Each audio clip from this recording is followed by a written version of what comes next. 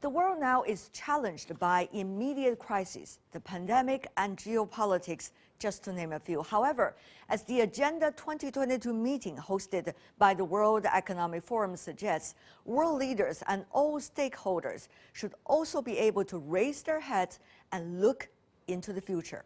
After all, that will help us also to avoid some of the most immediate pitfalls. On that, my exclusive interview with Borge Brende, President of the World Economic Forum.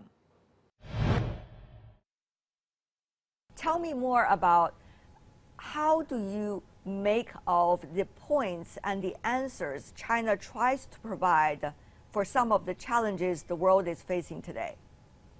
I saw a very clear red thread from the speech that President Xi Jinping had in Davos in 2017. That was a very important one, and the one he delivered also to the Davos community this year. And the red thread is the importance of global cooperation.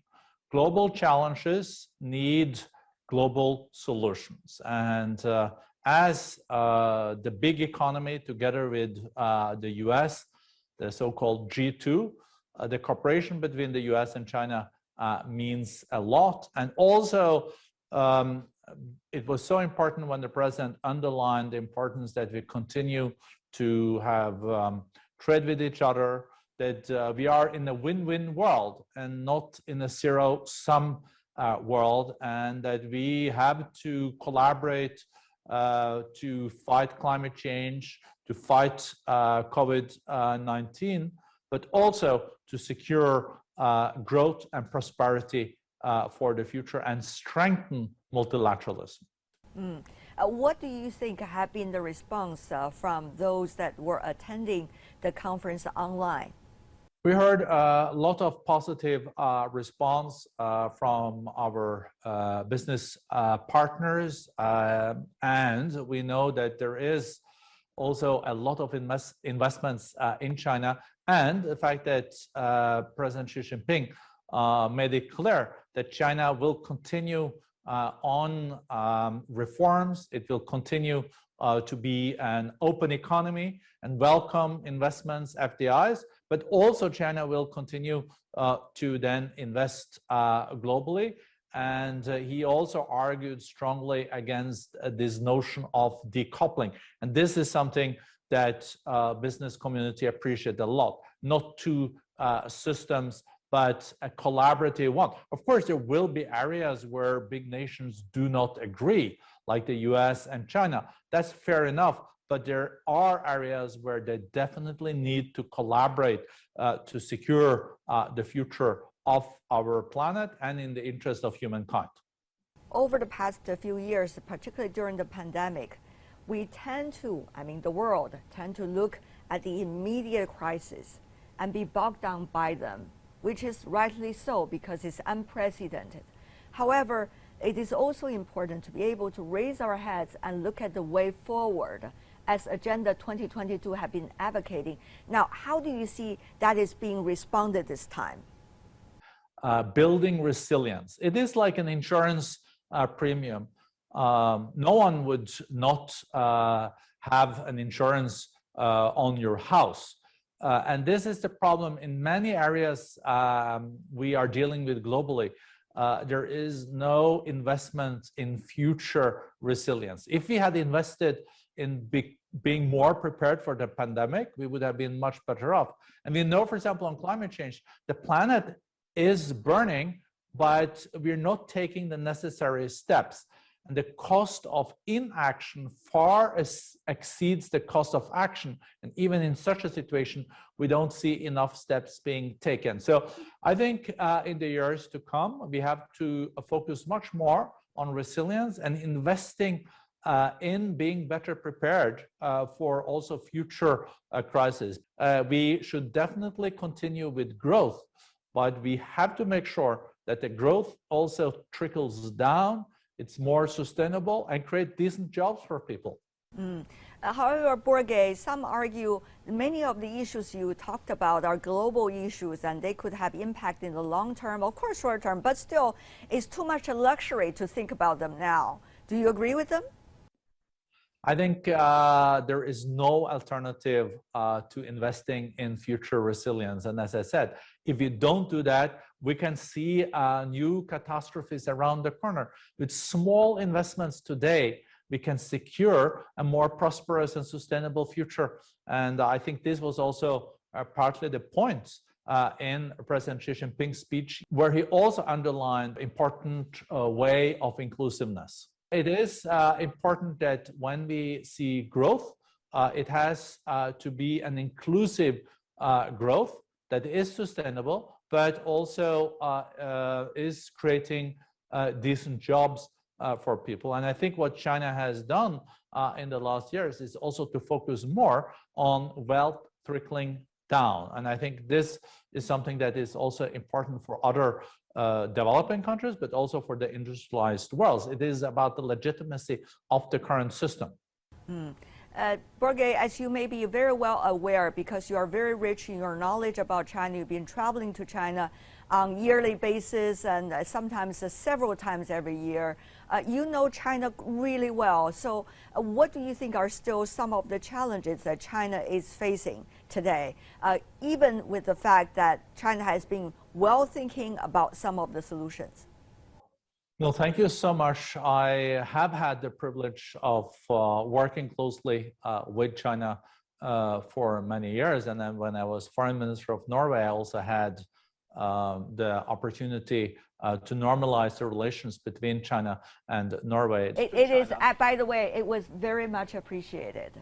Oh, thank you so much. When it comes to China today, I think that the focus now on more sustainable growth, taking into account also nature and biodiversity, is very important. I think China's statement also on net zero by 2060 is a very ambitious one. Also, the export-led growth has probably come to a point where the Chinese leadership rightly is now also focusing more on domestic consumption and also building a stronger home market. I think this is important. I also think that China will have to continue to increase its productivity in the years to come, especially looking at the demography. Productivity will then even be more important. And I think implementing the new technologies, being on top of the artificial intelligence, the Internet of Things and big data. Here, China has made already leapfrogging. I know that the forum has been working on many of these areas that you touched on earlier with China and also with the rest of the world. Congratulations on that, Borge. Having said that, though, I know it is extremely challenging this time to make sure Agenda 2022 happens. Now, it was almost like a last-minute switch from a in-person World Economic Forum annual meeting to a meeting that has been challenged by Omicron. I mean, huge challenge by Omicron. How did you make it happen? There were enormous amount of efforts being made at the last minute. Tell me more about that. No, thank you. I have to admit that, of course, we were disappointed for a couple of days when we realized that we could not go forward with the physical Davos this January. That was also due to the fact that Omicron spread like wildfire, both in Europe, in US, and some other places in the world. So we had to put participants' health at the top of the agenda. But of course, we are looking at also future opportunities to have a physical meeting. But in January, it was not possible. And then we decided that we had to very fast move into the digital reality again. And last year, we were able to deliver Davos for the first time in a digital way. We started this week, and so far, so good. We have had really important contributions. As already mentioned, we had President Xi Jinping. We also had Secretary General Guterres with us. We also had Prime Minister Modi from India. And while we're speaking, Prime Minister Kishida of Japan is in a dialogue with our founder and executive chairman, Professor Schwab. So we are really rolling based also on the digital reality. But just to make sure it would happen and happen on time, and the flexibility one organization like yours has to put into it at every minute when it's turning to the other page, that to many has been amazing. Of course, many also feel a little bit disappointed, but at the same time cherish the moment to at least to be able to get it online. No, thank you for your kind words. I'm very thankful to my colleagues at the World Economic Forum that we have been able to go from mainly an organization that had physical events. Of course, we had a lot of content production, to an organization that last 2 years we had to then just embrace the digital reality, and the agility and flexibility among my colleagues is amazing. But of course, we have learned from people like yourself and TV stations, because you're very experienced in running this. But for us to recreate some of the community feeling in the digital space, that has been the challenge. Believe me, it's been a challenge for us as well anyway, Borge. Having said that, though, I want to move on to an important issue about the World Economic Forum. You were there 5 decades ago. I mean, it was born out of very unique circumstances of the world then. And now we are seemingly to move into another very interesting stage of development for the world. Now, how do you see the significance of the World Economic Forum and its ability to move on to acquire new capabilities and qualities in being a bridge? So we feel also a lot of responsibility, because as the International Organization for Public-Private Cooperation, we know the power of this cooperation and what we can get done when it comes to climate, when it comes to, for example, also environmental standards, governance standards, and also to build coalitions, for example, on health, on water scarcity. So we will continue that track moving forward. We're also about, of course, creating economic growth that is more inclusive. And we very much also think that our platform, that's a neutral and impartial one, is very important in a polarized world, because now we see that nations do not speak to each other, or they just compete, and we feel very obliged to bring different players together. And we think that also nations can collaborate, and there are areas, there is so much common interest in collaboration that it should happen. You know, climate change and greenhouse gases doesn't travel with a passport.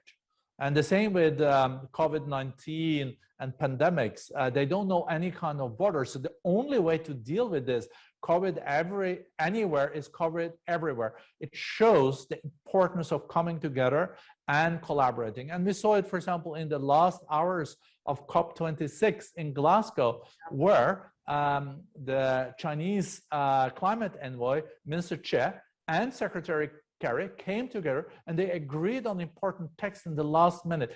I just hope for more happenings like this also between the G2 in the years to come. Agenda 2022, very crucial moment, many believe, for the world leaders to speak and for the rest of the world to understand what's on their minds. Besides that, there are many other stakeholders. But now, Borge, if you look at the world, if you look at the year 2022, it's very crucial. China going to have the 20th Party Congress, the U.S. administration coming into power for 1 year, and you also see other events all taking place in the same year, not to mention unpredictable ones and the pandemic. So with Agenda 2022, what do you think are the most important lower hanging fruits results we should achieve? At the end of the week, you can say, we're doing a great job. If we could build some additional trust between countries and also mobilize business more to also contribute when it comes to the big challenges of the world, I think we have been successful. But 2022 is not an easy year because it is the year where we should end the pandemic, moving it from a pandemic to becoming something endemic. Then we have to vaccinate the whole global population. And then we are also at the sharing cross in the sense that at the crossroads when it comes to the economic development, because we have now stimulated the global economy with 14 trillion US dollars. But now we're seeing also inflationary pressure, and we see also challenges with the global value chains. So we see prices going up, and how to then balance continued stimulus with taking control of the inflation.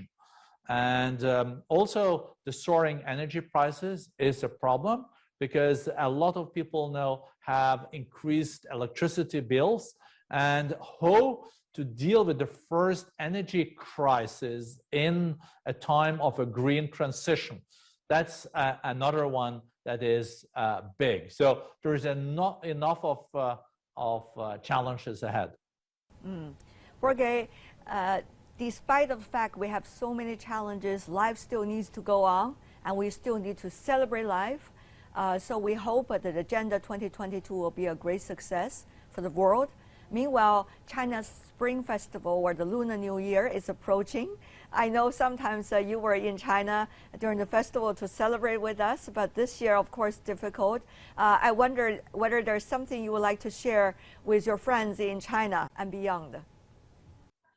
No, I wish you a very great Spring Festival, Lunar Year. I wish I could be there celebrating with you, but I'm an optimist. I think maybe next year or at least the year after, hopefully we're out of the woods and we can celebrate together, because this is such a great opportunity for family also to then show solidarity with each other. I love the Lunar New Year and the festival so much that if I hadn't had this busy job, I would even be willing to quarantine 21 days to be part of it. But I think that's probably too much for my job. But I wish you a great celebration.